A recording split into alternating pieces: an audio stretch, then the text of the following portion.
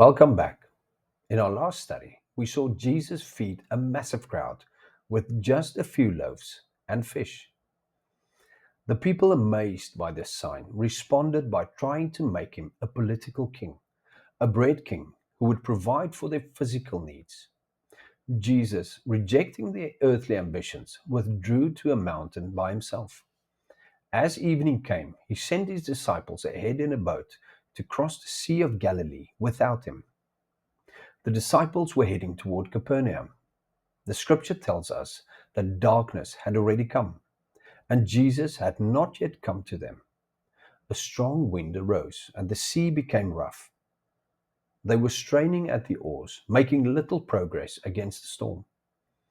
They had rowed about 3 or 4 miles, roughly halfway across the lake, when they saw something that terrified them.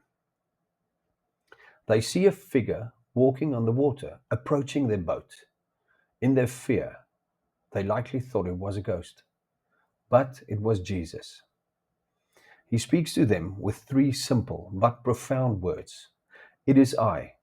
Do not be afraid.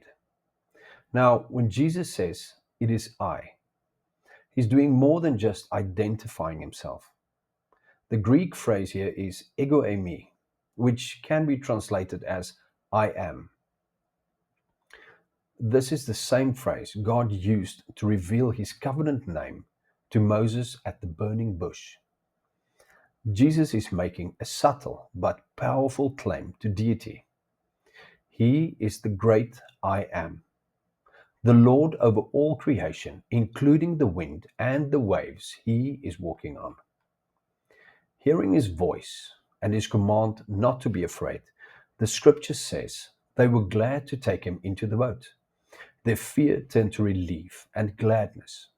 And as soon as they received him, immediately the boat was at the land to which they were going.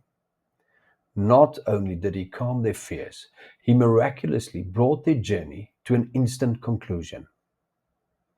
The next morning, the crowd, back on the other side, was confused.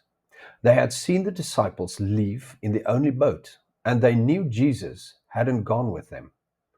When other boats from Tiberias arrived, the crowd crossed over to Capernaum, still searching for Jesus.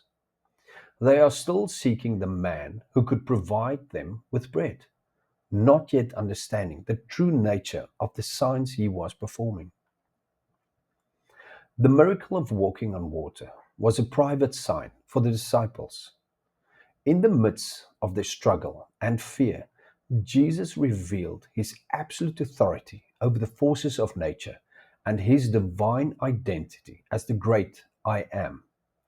While the crowds were seeking him for another meal, Jesus was teaching his closest followers that he is the sovereign Lord who can bring peace in the middle of their storm. This encounter prepares them and us for the challenging spiritual teaching that will follow when the crowds finally find him.